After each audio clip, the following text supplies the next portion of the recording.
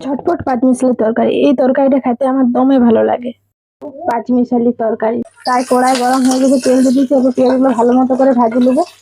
ভালো মতো ভাজা হয়ে গেছে, এরপরে তো মশলাটা আছে আদা রসুন গোটা জিরা আর কাঁচা লঙ্কা বাটা। ভালো করে মশলাটা ভাজি নেবো। এর মধ্যে দিব পরিমাণ মতো হলুদ গুঁড়া, দিয়ে সামান্য পরিমাণ জল দিতে, যাতে হলুদটা না খড়ি যায়। সমস্ত মশলা ভালো করে ভাজি নেবো। সব সবজিগুলো দিয়ে দেবো।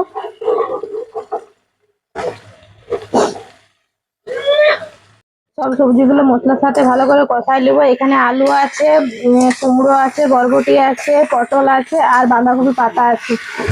সব কিছু ভালো মতো কষাই নিতে হবে, একটু ভাজা ভাজা হবে।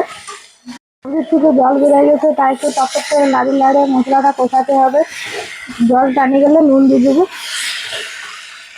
এরপর দিয়ে দেবো নুনটা দিয়ে একটুক্ষণ কষাতে হবে, কারণ সবজির থেকে আরো জল বেরাবে।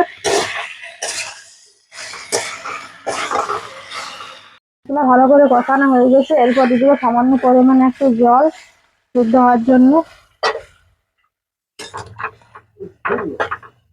রেখে দেবো 10 মিনিট সিদ্ধ হওয়ার জন্য। ঢাকা খুলে দেখে নেবো যে তরকারিটা হয়েছে কিনা।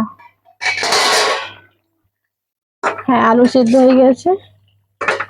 এরপর এক দুটো আলু ম্যাশ করে একটা ভাজা মশলা আছে, ওই ভাজা মশলাটা দিয়ে নামাই নেবো।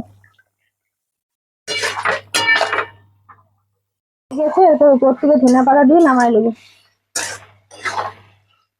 ধনে পাতা কুচি দিয়ে নামাই নেবো।